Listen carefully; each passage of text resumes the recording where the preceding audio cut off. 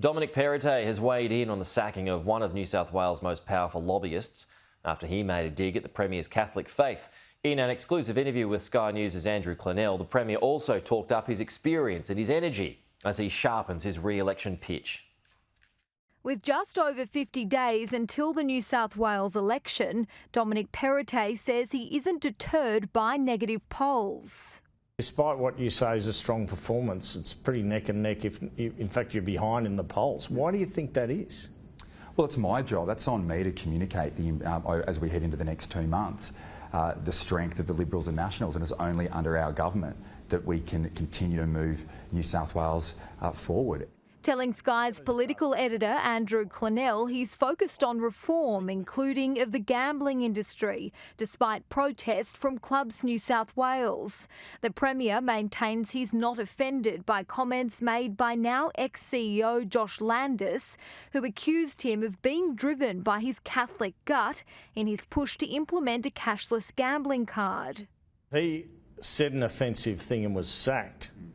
Do you have any sympathy given you had to issue your own apology for wearing a Nazi uniform 20 years ago? I said to him last night that he made a mistake and he's apologised unreservedly for that. I'm not offended by it, but there would be many people of faith across our state who were. Domonic Perrottet confirmed the card will have a daily spending limit, hinting his government may also buy off poker machine licences. Would you consider reducing the number of machines or licences in the state? I'm not going to give a random contract. I will say in relation... Sounds like possible. Well, I will say that we have more poker machines in New South Wales than anywhere in the country and anywhere around the world outside of Nevada. Now, there are issues we need to work through, and we'll have all that set out in our response. You'd have to compensate people for taking their licences. We've done that in the past. So how many? Could you have half as many, three-quarters as many? Andrew, we're not playing this game. He also shed more light on the Nazi costume that threatened to bring down his campaign. We are dressed as Hitler. We are hamming it up. Do you think there's a photo out there? Oh, well, I'm not sure. I certainly wasn't dressed like that. As I said, it was a mistake that I made when I was very young, an immature mistake that I'm deeply apologetic because as you go on your life's journey, you realise that that uniform causes immense pain and suffering. Did anyone threaten you with a photo? No.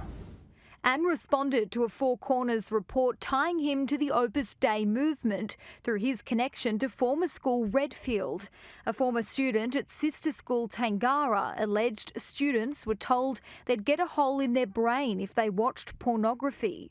You have teachers that do the wrong thing in all schools from time to time. But what's most important is that schools abide by the curriculum. That's why when those allegations were made to my office, we referred it to the independent authority to conduct an investigation. Mr Perrottet says he's proud of his education and proud of his achievements as Premier, asking voters to deliver the Liberal Nationals a fourth term.